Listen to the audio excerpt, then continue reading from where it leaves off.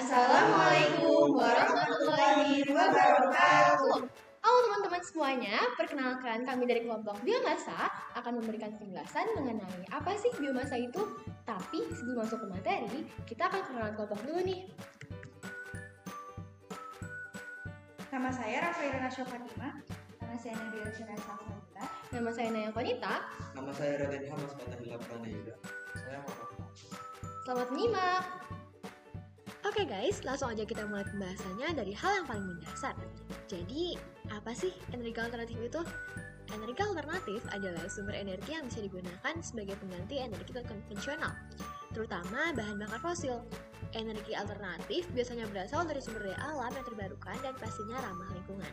Terus, kenapa sih kita perlu energi alternatif ini? Energi alternatif ini dibutuhkan karena sumber energi fosil yang ada saat ini itu memiliki keterbatasan, terutama dalam segi jumlah. Kayak yang kita tahu nih, energi fosil itu pembentukannya nggak cuma sehari 2 hari, tapi bisa memakan waktu sampai jutaan tahun.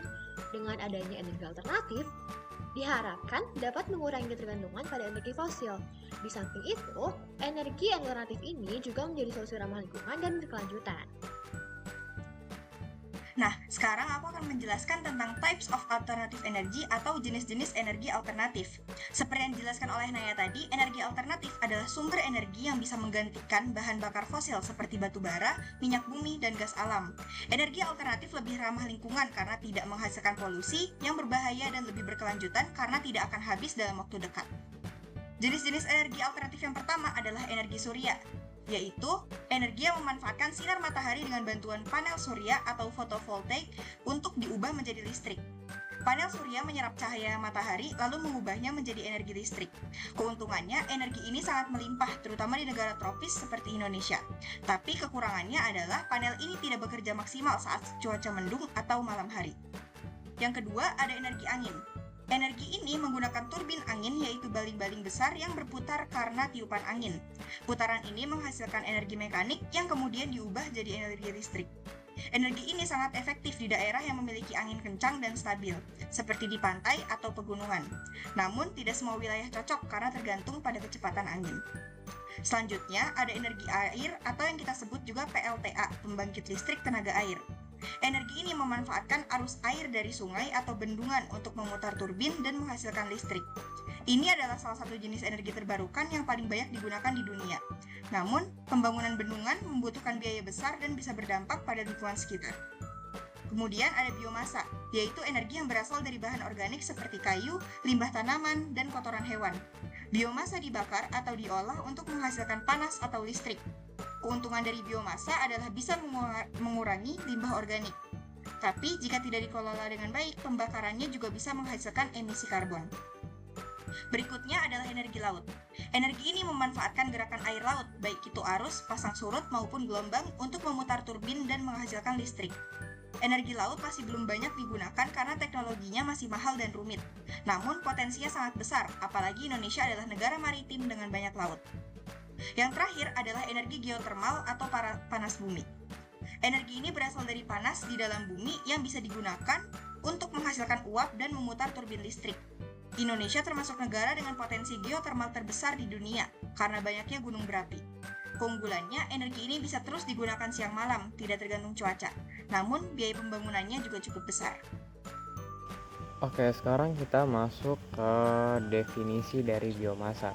Jadi biomasa itu adalah bahan anorganik yang berasal dari makhluk hidup seperti tumbuhan dan hewan yang dapat digunakan sebagai sumber energi. Komponen biomasa itu bisa berupa bahan alami yang bisa dibakar. Di sini dalam konteks yang bisa dibakar atau diolah untuk menghasilkan energi panas, listrik atau bahan bakar seperti biogas dan biometanol.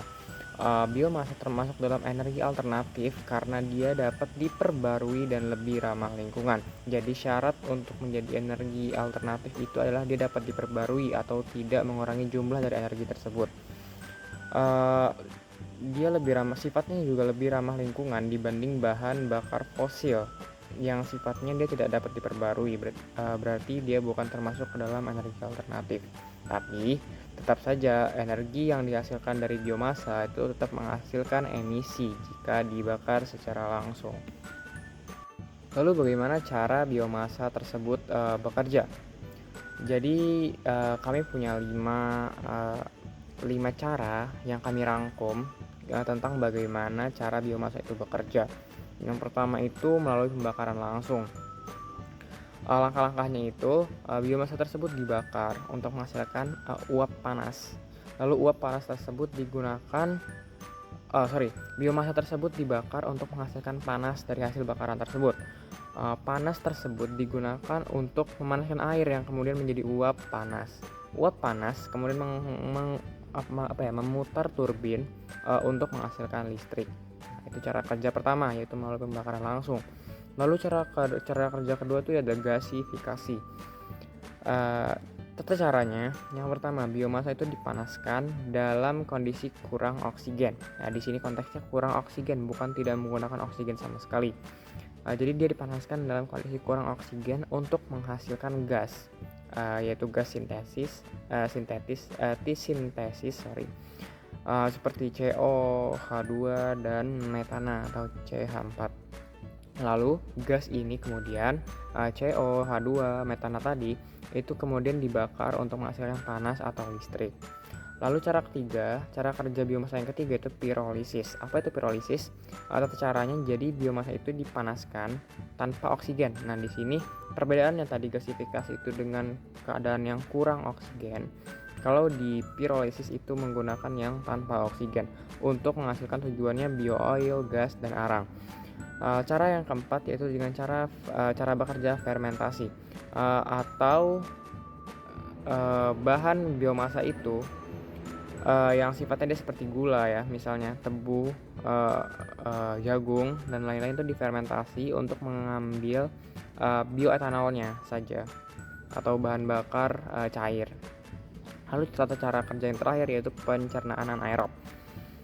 Jadi menggunakan mikroorganisme ya. Mikroorganisme itu menguraikan biomasa basah seperti kotoran hewan dan lain-lain dalam kondisi tanpa oksigen. Di sini sama seperti pirolisis ya. Dia menggunakan yang tanpa oksigen. Seperti namanya juga kan anaerob ya. Anaerob itu artinya tanpa oksigen. Menghasilkan tujuannya untuk menghasilkan biogas. Biogas itu utamanya seperti metana atau CH4 dan CO2 atau karbon dioksida gitu. Oke, sekarang adalah manfaat dari biomasa ini. Jadi di sini aku menjelaskan 4 manfaat dari biomasa. Yang pertama adalah biomasa dapat menjadi sumber energi terbarukan, yaitu biomasa dapat menggantikan bahan bakar fosil seperti minyak, batu bara, dan juga gas. Selanjutnya adalah energi dari biomasa bisa diperbarui karena berasal dari bahan organik yang terus tumbuh. Contohnya tadi ya guys, seperti sekam padi dan lain-lain. Terus selanjutnya adalah mengurangi sampah organik. Kenapa? Karena kayak limbah pertanian, sampah rumah tangga organik, dan kotoran ternak bisa dimanfaatkan lagi untuk mengurangi penumpukan sampah. Lalu selanjutnya adalah mengurangi emisi gas rumah kaca. Nah, meski biomasa menghasilkan karbon dioksida saat dibakar, itu sebanding dengan karbon yang diserap tanaman saat tumbuh, sehingga karbon bersifat netral. Selanjutnya adalah meningkatkan ketahanan energi lokal. Daerah terpencil bisa memanfaatkan biomasa lokal untuk energi tanpa tergantung dengan listrik PLN. Sekian manfaat dari biomasa. Lanjut ke pembahasan selanjutnya ya. Nah guys, sekarang kita bahas tantangan dalam pemanfaatan biomasa sebagai energi alternatif. Meskipun terdengar ramah lingkungan, ternyata ada beberapa hal yang harus kita waspadai. Yang pertama, peningkatan efisiensi teknologi. Kita butuh teknologi yang lebih canggih biar konversi biomasa makin murah, efisien, dan emisinya rendah, bahkan nol. Inovasi adalah kuncinya. Lalu yang kedua, ada biaya produksi dan teknologi. Konversi biomasa seperti biogas dan bioetanol itu tuh nggak murah dan teknologinya belum tersebar luas, jadi belum semua daerah bisa akses. Lalu yang ketiga, ada dampak jangka panjangnya. Kalau nggak dikelola baik-baik, bisa bikin degradasi tanah dan hilangnya keanekaragaman hayati, padahal tujuan awalnya buat energi hijau. Lalu yang keempat, ketersediaan lahan. Produksi biomasa butuh bahan luas. Ini bisa picu deforestasi atau ganti fungsi lahan, yang akhirnya merusak lingkungan juga. Oke, sekarang kita masuk ke gimana sih biomasa bisa dimanfaatin di dunia nyata. Ada 4 contoh aplikasinya nih. Yang pertama, briket arang. Serbuk kayu dan tempurung kelapa dibakar menjadikan arang, lalu dicetak menjadi briket. Cocok untuk bahan bakar rumah tangga yang murah, mudah, dan ramah lingkungan. Lalu yang kedua, ada biogas. Nah, biogas ini terbuat dari kotoran sapi yang dicampur oleh air, difermentasi dalam digester, lalu gasnya dipakai sebagai bahan bakar kompor. Sisa lumpurnya bisa dipakai sebagai pupuk juga. Lalu yang ketiga, biodiesel.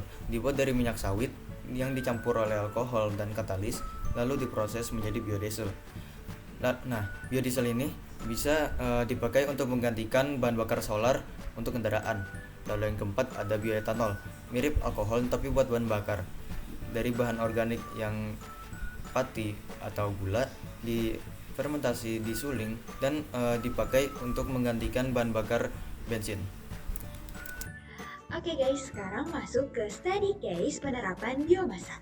Jadi, biomasa ini sudah diterapkan, salah satunya ada di Desa Braja Indah, Lampung Timur, di mana desa tersebut merupakan daerah pertanian yang banyak banget ngasilin sekam padi. Nah, sekam padi ini sebelumnya tidak dimanfaatkan secara optimal dan dia itu berpotensi banget buat mencemari lingkungan. Maka dari itu, ada sebuah tim kuliah dari Unila atau Universitas Lampung, mereka melakukan KKN di desa tersebut dan melakukan sosialisasi kepada masyarakat desa mengenai pembuatan briket dari sekam padi, sehingga limbah sekam padi tadi bisa dimanfaatkan dengan baik dan tidak mencemari lingkungan. Nah, kegiatan ini bertujuan untuk mendukung pembangunan berkelanjutan melalui pemanfaatan energi terbarukan. Nah, gimana sih proses pembuatan briket dari sekam padi ini? Kita akan bisa lihat ada di PPT tersebut ya. Jadi yang pertama adalah pengumpulan dan pengeringan. Sekam padi dikumpulin dulu nih dan dikeringin untuk mengurangi kadar air yang ada di dalamnya. Lalu penggilingan, sekam kering digiling menjadi serbuk halus. Lalu pencampuran, serbuk sekam dicampur dengan perekat alami seperti tepung kanji. Lalu pencetakan, campuran dimasukkan ke dalam cetakan dan diproses hingga membentuk briket. Dan yang terakhir adalah pengeringan akhir. Briket yang telah dicetak dikeringkan kembali hingga siap digunakan. Oke, sebagai penutup, aku pengen nyampein beberapa poin penting dari materi yang udah kita bahas tadi. Yang pertama, energi alternatif adalah energi yang terbarukan dan ramah lingkungan. Artinya, energi ini tidak hanya membantu memenuhi kebutuhan manusia, tapi juga menjaga kelestarian bumi. Yang kedua, kita membahas tentang biomasa. Biomasa adalah energi alternatif yang berasal dari bahan organik seperti kayu, limbah pertanian, dan bahkan kotoran hewan. Jadi, sumbernya itu berasal dari alam dan bisa diperbaharui. Yang ketiga, biomasa tidak langsung menjadi energi, tapi harus diubah melalui berbagai proses, misalnya dengan cara pembakaran, fermentasi, atau konversi kimia. Yang keempat, hasil dari proses biomasa bisa digunakan dalam bentuk yang pertama, biogas yang bisa digunakan untuk memasak atau bahan bakar. Yang kedua, briket yang digunakan seperti arang padat. Yang ketiga, bioetanol dan biodiesel yang bisa menggantikan bahan bakar kendaraan. Yang kelima, meskipun biomasa itu sangat bermanfaat, kita tetap harus mengelolanya dengan baik, supaya penggunaannya berkelanjutan dan tidak menyebabkan masalah baru seperti polusi udara dari pembakaran yang tidak sempurna. Jadi, kesimpulannya biomasa adalah contoh nyata bahwa kita bisa memanfaatkan limbah menjadi energi selama dikelola dengan bijak. Oke guys, sekian saja penjelasan dari kami. Semoga dapat diterima dengan baik ya oleh kalian semua. Let's be Super heroes. 1, 2, 3. Wassalamualaikum warahmatullahi wabarakatuh.